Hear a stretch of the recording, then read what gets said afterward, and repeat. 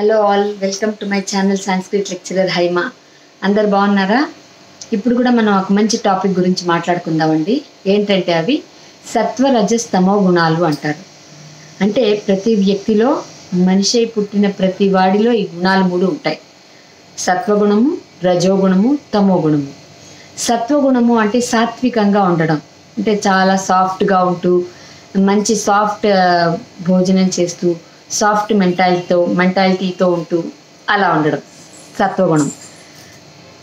రజోగుణము అంటే కొంచెం సత్వగుణం ఉంటుంది, కొంచెం తమోగుణం ఉంటుంది. సత్వగుణానికి ఎగ్జాంపుల్ ఎవరు అంటే బెస్ట్ ఎగ్జాంపుల్ ఋషులు. వాళ్ళు ఎప్పుడు శాంతంగా సాత్వికమైన ఆహారం తింటూ ఎక్కడ మిడిసి పడకుండా మాట తూలకుండా అలా ఉంటారు చూడండి. అంటే బ్యాలెన్స్డ్గా అలా ఉండడం, ఓకేనా సత్వగుణం. రజోగుణము అంటే కొంచెం సత్వగుణము ఉంటుంది, కొంచెం తమో గుణము ఉంటుంది వాళ్ళల్లో.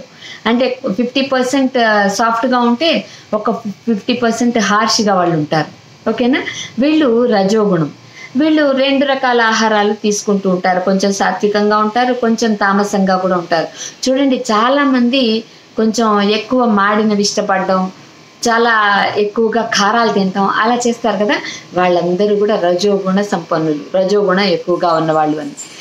మామూలుగా రజోగుణ ఎవరిలో ఉంటుందంటే రాక్షసుల్లో ఉంటుంది. సో ఇప్పుడు రాక్షసులు ఎవరైనా ఉన్నారా అంటే మనకు రాక్షసులు ప్రత్యక్షంగా కనిపించరండి.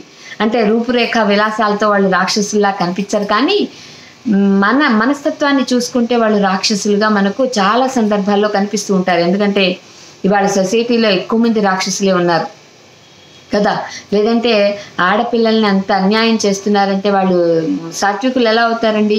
వాళ్ళు ఖచ్చితంగా రాక్షస అంశే వాళ్ళది. రాక్షసులే, అంశ కూడా కాదు, వాళ్ళు ఖచ్చితంగా రాక్షసులే.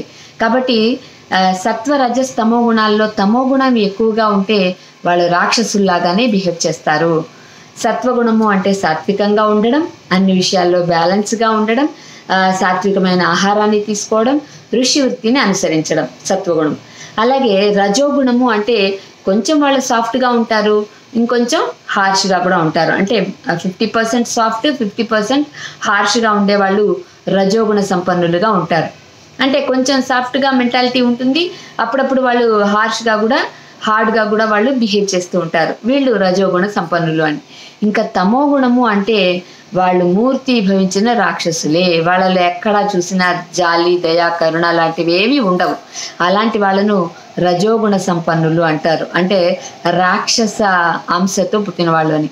అందుకే చూడండి, మన పెద్దవాళ్ళు ఏమంటారంటే అసుర సంధ్య వేళ తినకూడదని, అసుర సంధ్య వేళ పడుకోకూడదని ఇలా అంటుంటారు కదా.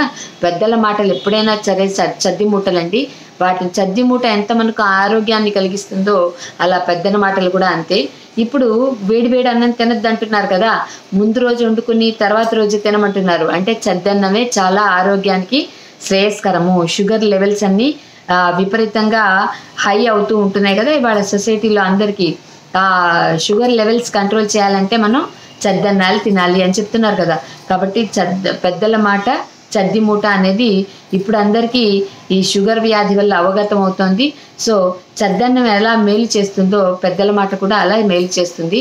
ఈ రజోగుణ సంపన్నులు, తమోగుణ సంపన్నులు ఏం చేస్తారంటే రాక్షసంగా బిహేవ్ చేస్తారు. వాళ్ళలో ఎక్కడ జాలి, దయ, కరుణ అనేవి ఉండవు.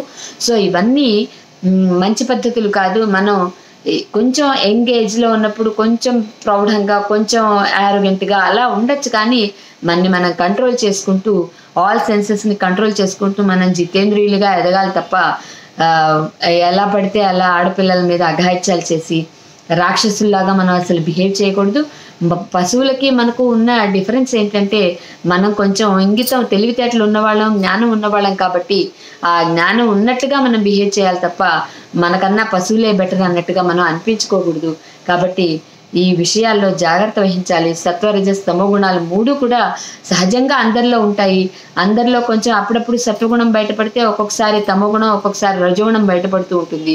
కానీ ఈ మూడింటిని బ్యాలెన్స్ చేసుకుంటూ సాత్వికంగా నలుగురిని కలుపుకుంటూ సాత్వికంగా జీవితాన్ని సాగించాలి తప్ప రజోగుణాన్ని, తమో గుణాన్ని డెవలప్ చేసుకొని ఇతరులను బాధ పెట్టే పని మనం ఎప్పుడూ కూడా చేయకూడదు.